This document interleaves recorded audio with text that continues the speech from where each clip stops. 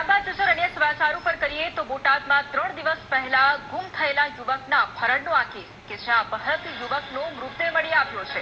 સાયલાના ગરામતી ગામની સીમમાંથી યુવકનો મૃતદેહ મળી આવ્યો છે। પિન્ટુ ઓળકિયા નામના યુવકનું અપહરણ કરવામાં આવ્યું હતું।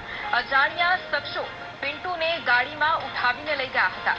પ્રેમ લગ્નનું બંદૂક રાખી અને હત્યા કરાઈ હોવાની આશંકા છે। પોલીસે ઘટના સ્થળે પહોંચી અને વધુ તપાસ પણ શરૂ કરી છે।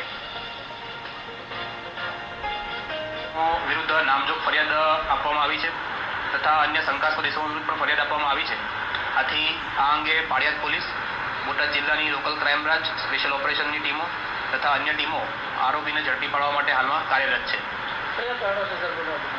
આ બનાવની વિગત જોઈએ તો જે ફરિયાદની હકીકત છે તે મુજબ જે મરણ જનાર વ્યક્તિ છે તેમને જે આરોપીઓ છે તેમના બહેન સાથે કોઈ પ્રેમ સંબંધ હતો અને લગ્ન કરેલા હતા। આ બાબતે તેમના કૌટુંબિક ભાઈઓને યોગ્ય ન લાગતા તેમણે આ બનાવને અંજામ આપ્યો હોય તેવી હાલમાં પ્રાથમિક હકીકત છે તે બોટાદ પોલીસ સામે આવી છે।